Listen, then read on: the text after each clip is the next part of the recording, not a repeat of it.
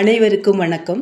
இன்றைய பதிவில் பார்த்தீங்கன்னாக்கா அஸ்வினி தேவகுமாரர்கள் அவர்களை பற்றி தாங்க நம்ம பார்க்க போகிறோம். இவங்க யார் அப்படின்னு பார்த்தீங்கன்னாக்கா, இவங்க நம்ம தீராத நோய்களை தீர்க்கக்கூடிய மிக வல்லமை வாய்ந்தவர்கள்ங்க. அதாவது டாக்டர்களாலேயே கைவிடப்பட்ட நோய்களை கூட தீர்க்கக்கூடிய இவர்களோட மந்திரத்தை நம்ம சொல்லும் பொழுது தீர்க்கக்கூடிய சக்தி வாய்ந்தவர்களாக இவர்கள் கருதப்படுகிறார்கள். நீண்ட நாட்களாக தீர்க்க முடியாத வியாதிகள், இனிமேல் சரியாகவே போகாது அப்படின்னு சொல்லப்படுற வியாதிகள், இது எல்லாத்துக்குமே ஒரு மிகச்சிறந்த மருந்து என்னன்னு பார்த்தீங்கன்னாக்கா, நம்ம மருத்துவ முறை எடுத்துக்கிட்டே இருக்கும் பொழுது இந்த அஸ்வினி தேவகுமாரர்களுடைய மந்திரம் ஒன்று இருக்குங்க.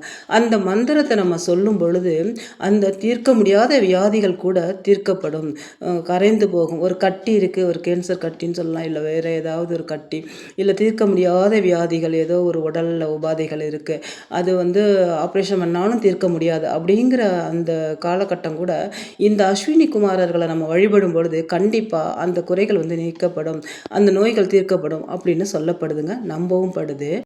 27 நட்சத்திர வரிசையில் முதலாவதாக வர நட்சத்திரம் தாங்க இந்த அஸ்வினி நட்சத்திரம். இந்த நட்சத்திரத்தோட அதிபதி யாருன்னு பார்த்தீங்கன்னா கேது பகவான். இந்த நட்சத்திரத்தின் தேவதைகள் குதிரை முகம் கொண்ட அஸ்வினி தேவர்கள்ங்க. தேவர்களுக்கே மருத்துவம் பார்க்கக்கூடியவர்கள் தான் இந்த அஸ்வினி தேவர்கள். நமக்கு வரக்கூடிய தீராத வியாதிகளையும் திடீர் ஆபத்துகளையும் நீக்க வல்லவர்களாக இந்த அஸ்வினி தேவர்கள் இருக்கிறார்கள். நம்ம இவர்களை வழிபடும் பொழுது நமக்கு இந்த நன்மைகளை அவர்கள் செய்வார்கள் அப்படின்னு சொல்லப்படுதுங்க. இந்த அஸ்வினி தேவ குமாரர்கள் யார் அப்படின்னு பார்த்தீங்கன்னாக்கா, சூரிய பகவானுக்கும் சரண்யு தேவிக்கும் குதிரை வடிவில் பிறந்த இரட்டை சகோதரர்கள் தாங்க இந்த அஸ்வினி தேவ குமாரர்கள். இவர்கள் தேவ மருத்துவர்கள், தேவர்களுக்கு மருத்துவர்கள். இவர்கள் பார்த்தீங்கன்னாக்கா நாசத்யா மற்றும் தஸ்ரா அப்படின்னு அழைக்கப்படுகிறார்கள்ங்க. இவங்க ஆயுர்வேதத்தில் சிறப்பு வாய்ந்த நிபுணத்துவம் பெற்றவர்கள்ங்க. தேவர்களுக்கும் மனிதர்களுக்கும் மருத்துவ சேவை செய்து சியாவன மகரிஷியின் முதுமையை போக்கியது எல்லாம் இவங்க தான். அதே மாதிரி மகாபாரதத்தில் நகுலன், சகாதேவன் ஆகியோருக்கு தந்தையானது போன்ற முக்கியமான பங்குகள் இவர்களுக்கு உண்டு. சூரியன் பகவான் குதிரை வடிவிலும் சரண்யு தேவி குதிரை வடிவிலும் இருந்தபோது இந்த அஸ்வினி தேவர்கள் பிறந்திருக்காங்க. அதனால தான் இவங்களுக்கு குதிரை முகம் இருப்பதாக கருதப்படுதுங்க. அதே மாதிரி நாசத்யா அப்படின்னா உண்மையை காப்பவர் அப்படின்னும், தஸ்ரா அப்படின்னா ஒளி வீசுபவர் அப்படின்னு இவங்க 2 பேருக்கும் பேர். பொதுவாகவே இவங்க தேவர்களோட மருத்துவர்கள், ஆயுர்வேதத்தில் நிபுணத்துவம் பெற்றவர்கள். பிரம்மாவிட்ட இருந்து மருத்துவ கலையை இவங்க கற்றுக்கிட்டாங்களாங்க. பிரம்மாட்டேருந்து தான் இவங்க இந்த கலையை கற்றுக்கிட்டாங்க அப்படின்னும் சொல்லப்படுது. ரொம்ப ரொம்ப முக்கியமானது என்னன்னு பார்த்தீங்கன்னா, சியாவன மகரிஷியோட முதுமையையும் கண் பார்வையும் திரும்ப பெற இந்த அஸ்வினி குமாரர்கள் தான் உதவியிருக்காங்க. சியாவனரை குணப்படுத்தியதும் இவர்கள் தான், இந்த அஸ்வினி குமாரர்கள் தான் சொல்லப்படுதுங்க. இந்த தேவலோக மருத்துவ பதவியை அடையிறதுக்காக இந்த அஸ்வினி குமாரர்கள் சிவபெருமானை நோக்கி கடுந்தவும் புரிந்து தான் இந்த பதவியை அடைஞ்சிருக்காங்க. அதனால தான் இவங்க பார்த்தீங்கன்னாக்கா எல்லா வியாதியையுமே தீர்க்கக்கூடியவர்கள், நோயுற்ற மனிதர்களை இறக்க விடாமல் காக்கும் அருமையான ஒரு சக்தி வாய்ந்தவர்கள் அப்படின்னு சொல்லப்படுது. இவங்க இந்த முக்கியமான ஆயுர்வேத கலைகளை கொள்வதிலும் நல்ல ஒரு பெரிய பிரச்சனைகள்லாம் இருந்திருக்குங்க. இந்திரன் என்ன செஞ்சிருக்காரு, தசீச்சருக்கு பிரம்ம வித்யாவை எவருக்கும் கற்றுக் கொடுக்கக்கூடாது அப்படின்னு சொல்லிட்டு ஆணையிட்டிருக்காரு. ஆனால் அஸ்வினி குமாரர்கள் தசீச்சரிடம் பிரம்ம வித்யாவை கற்றுக் கொடுக்குமாறு கேட்டிருக்காங்க. ஒருவர் கேட்கும்போது கற்றுக்கொண்ட நம்ம வித்யாவை சொல்லி தராமல் இருப்பது அதர்மத்திற்கு துணை செல்வது அப்படின்னு சொல்லிட்டு ததிச்சர் இந்த கலையை அஸ்வினி குமார்களுக்கு கற்றுக் கொடுத்துட்டாரு. இதனால் கோபம் கொண்ட இந்திரன் தசீச்சரோட தலையை வெட்டி எரிஞ்சிருக்காங்க. அப்புறம் அஸ்வினி குமார்கள் தான் மீண்டும் தசீச்சருக்கு அந்த தலையை பொருத்தியிருக்காங்க. மனிதர்களுக்கே முதல்ல வைத்தியம் பார்த்தவர்கள் யார் அப்படின்னு பார்த்தீங்கன்னாக்கா இந்த அஸ்வினி குமாரர்கள் தாங்க.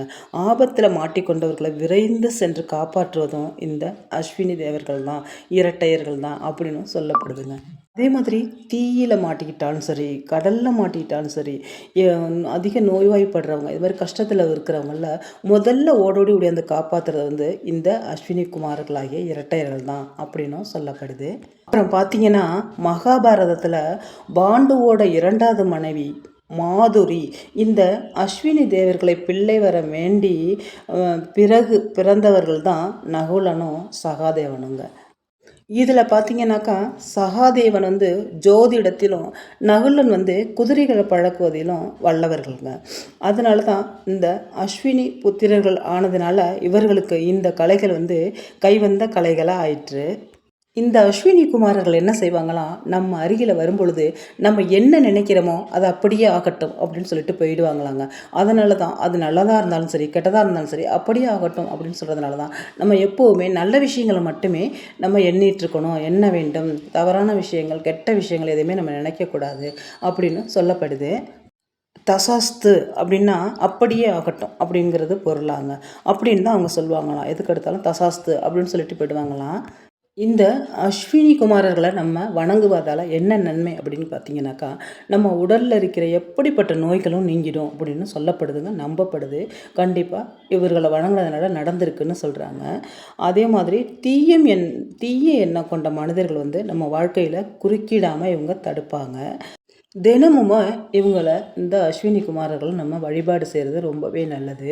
அதுவும் இந்த அஸ்வினி நட்சத்திரம் வரக்கூடிய அந்த நாளில் இவங்கள நம்ம வழிபாடு செய்கிறது மிக மிக விசேஷங்க.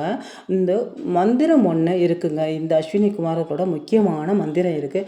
அது தினமுமே நீங்கள் 27 முறை சொல்லலாம். இந்த அஸ்வினி நட்சத்திரம் வர்ற அன்னைக்கு அதை 108 முறை சொல்லும் பொழுது தீராத வியாதிகளும் தீர்க்கப்படும். இது வந்து தீரவே தீராது, போகவே போகாது நம்மளை விட்டு அப்படின்னு நினைக்கிற அந்த கொடிய நோய்கள் கூட நம்மளை விட்டு போய்விடும், அகன்று போய்விடும், வெளியே சென்றுவிடும் அப்படின்னும் நம்பப்படுது. உலகத்திற்கே வெளிச்சம் தருபவர் நம்ம சூரிய பகவான்க. அப்பேற்பட்ட சூரிய பகவானே வெளிச்சத்தை இழந்து உடல் வலிமையற்று இருந்தபோது இந்த சூரிய புத்திரர்களான அஸ்வினி குமாரர்கள் தான் தங்களோட சக்தியை கொடுத்து காப்பாற்றினார்களாம். அதே மாதிரி நமக்கு ஒரு துன்பம், நமக்கு ஒரு தீர்க்க முடியாத ஒரு கஷ்டம் அப்படின்னு சொன்னாலும் விரைந்து வந்து காக்கக்கூடியவர்கள் இந்த அஸ்வினி குமாரர்கள்னும் சொல்லப்படுதுங்க. இந்த அஸ்வினி குமாரர்களோட தேவர்களோட முக்கியமான மந்திரம் என்ன அப்படின்னு பார்த்தீங்கன்னாக்கா, இந்த மந்திரத்தை தினமுமே நம்ம சொல்லலாங்க. சாதாரணமாகவே நல்லா இருக்கிறவங்களும் சரி, நோய் உள்ளவங்களும் சரி, எல்லாருமே தினமும் இதை வந்து 27 முறை சொல்கிறது மிக மிக நல்லது. வந்து அஸ்வினி நட்சத்திரம் வர்ற அன்னைக்கு இதை வந்து நீங்கள் 108 முறை சொல்லுங்கள். ஒரு முக்கியமான ஒரு வேண்டுதலை வச்சுருக்கீங்க, சில பேருக்கு ரொம்ப ஹார்ட் பிரச்சனை இருக்கும், ஆப்ரேஷன் தான் பண்ணணும்னு சொல்லியிருப்பாங்க. அதை வந்து இந்த மந்திரத்தை நீங்கள் சொல்லும் பொழுது, கண்டிப்பாக ஒரு நம்பிக்கையோடு சொல்லும் பொழுது, அதை நீங்கள் மருந்து மாத்திரையிலே குணப்படுத்திட்டு நீங்கள் அறுவை சிகிச்சை செய்ய முடியாத அளவுக்கு கூட ஒரு நல்ல நிகழ்வு, முக்கியமான நிகழ்வு நடக்கும் அப்படின்னும் நம்பப்படுதுங்க. அதே மாதிரி தீர்க்க முடியாத கேன்சர், மூளையில் கட்டி, இது மாதிரி மருத்துவ உதவிகள் நம்ம எடுத்துக்கிட்டோம், நம்ம இந்த மந்திரத்தை சொல்லும் பொழுது அந்த வியாதிகள் வந்து விரைவில் குணமடையும் அப்படின்னு சொல்லப்படுது.